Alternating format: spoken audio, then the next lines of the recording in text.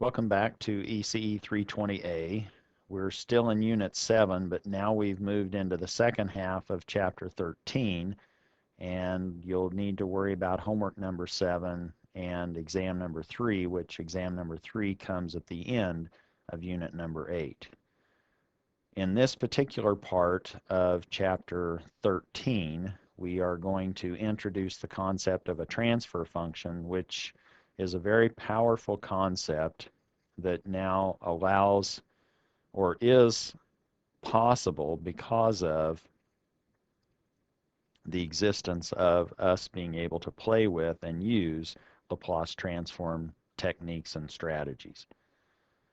And a transfer function will now allow us, if we look at a particular circuit, we could find a transfer function for that circuit and look at what happens in that circuit as a result of applying many different possible input expressions. And that's now possible because of the transfer function concept. The transfer function, by definition, is simply the Laplace transform of the output time response divided by the Laplace transform of the input time response. Here is our transfer function, which a lot of times we will simply denote as capital H of S, or maybe we'll call it a capital G of S. But our transfer function now is a ratio of polynomials in S, and we can now find poles and zeros associated with that particular transfer function. And what H of S actually represents actually depends on what we are having as our input and what is the signal associated with the output. And for any particular circuit, well, let's now show that schematically. So schematically, we could now boil any system that we like. In this class, it's going to be usually focused on circuits, but we now have a system that we've described as a ratio of polynomials of S, and we're calling capital H of S. And that's what then connects the input to the output. And the input now is the, let's say, Laplace transform of our input waveform, and the output is the Laplace transform of our output waveform. And if we want to relate those in an equation, now it's simply a product of our transfer function times the input times the input's Laplace transform, and that will produce the output's Laplace transform, capital Y of S. And if we wanted to know then what the signal is at the output in the time domain, we could simply inverse Laplace transform capital Y of S. The strategy then is to analyze our circuit, find a transfer function, capital H of S.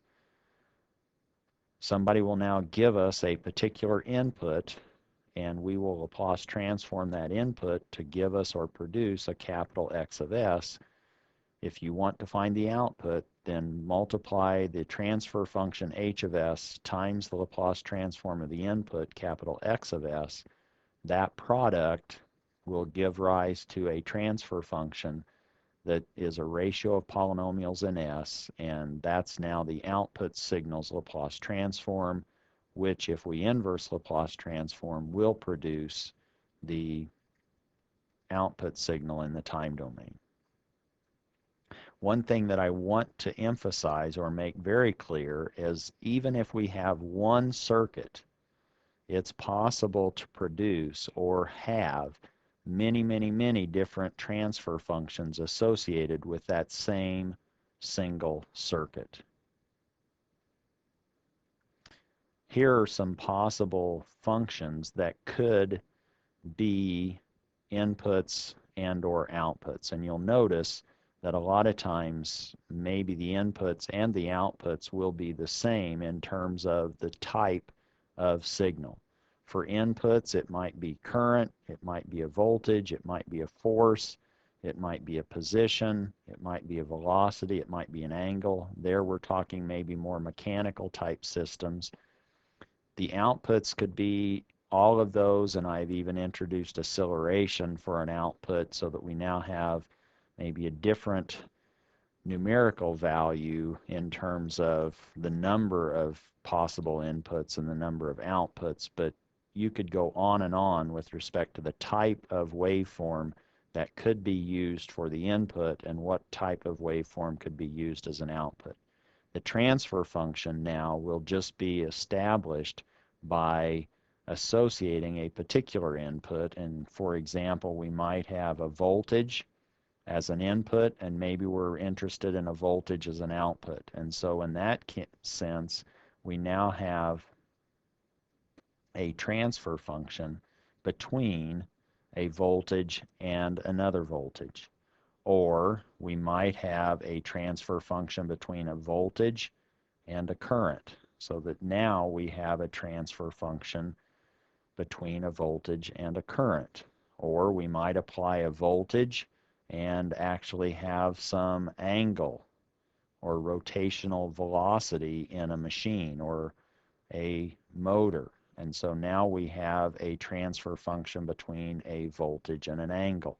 And you can see then that you can interconnect or pair up any possible input signal with any possible output signal. We might have a current that now produces an acceleration as an output, and that's now a transfer function. Those are the kinds of combinations that we could see or have in a real-world setting that would produce many different kinds of transfer functions. And we, in this class, will be probably focusing mostly on transfer functions associated with the top two in both columns, currents and voltages. And we now want to find, is this now a transfer function between a voltage and a current, a voltage and a voltage, or is it between a current and a voltage, or a current and a current? Those are probably going to be mostly what we will use as transfer functions in this class, but in general, the transfer function concept is very rich, and it allows us to analyze circuits not just in electrical systems, not just electrical circuits, but mechanical, electromechanical, hydraulic, thermal, etc. And that's the beauty of learning this now. You can now have this in your toolkit to help you solve all sorts of problems if you have a good understanding of transfer functions.